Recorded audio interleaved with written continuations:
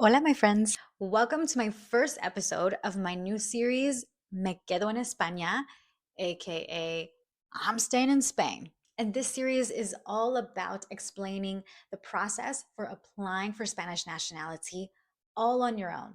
Yes, without a lawyer. I am not a lawyer, so disclaimer there.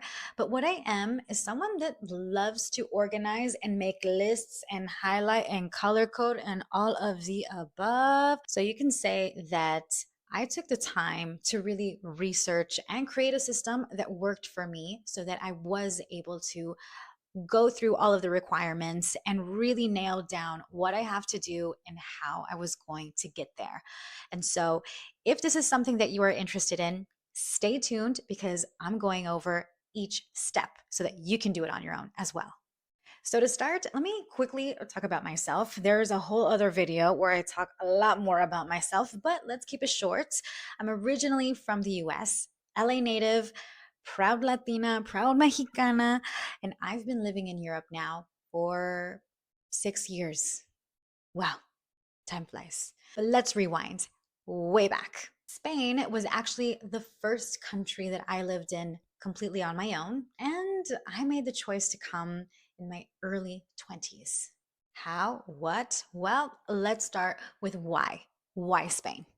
So, back in the US, I studied and had a degree and a whole career in education. I was a teacher for many, many years, and I really loved it. I loved being a teacher. It was a passion of mine. And with that kind of skill set, I was able to pivot. This is something that I want you to think about for yourself. How can you redirect and pivot into something that can take you abroad? For me, I got really lucky that as a teacher, that type of skill was able to be applied not just in the US, not just in a classroom, but what I found out after some research is there were a lot of opportunities to teach abroad. And it perfectly merged the two passions that I had, teaching and traveling. Win win. And after a lot of research, forums, Reddit, YouTube videos, I consumed everything that I could when it came to how I can actually find a program that worked for me and would let me move abroad. I found Spain was a great choice. And let me tell you why. Spain just made sense for me. One, I already spoke Spanish. Spanglish. The program that I found was pretty incentivizing. They were offering a contract where you just had to work 16 hours a week. Yes, a week. And from my research, Madrid seemed like a really safe city. Win, win, win. So that is basically the long story, very short, of how I actually managed to get to Spain in the first place. Tying it back to nationality, getting that teaching program position was my into Spain. It got me a student visa, which gave me legality here in Spain for a year, which I then renewed for a second year. But what I didn't know, that time on that visa didn't actually count for nationality. At the time, I was new in Spain and I didn't know that I wanted to stay forever and ever and ever and ever and ever. That's okay because I was able to use those 2 years to really build a foundation for myself for living on my own for the first time, living away from family for the first time, and really starting from scratch and figuring out what I wanted. And that student visa wasn't going to count for very much towards getting Spanish nationality.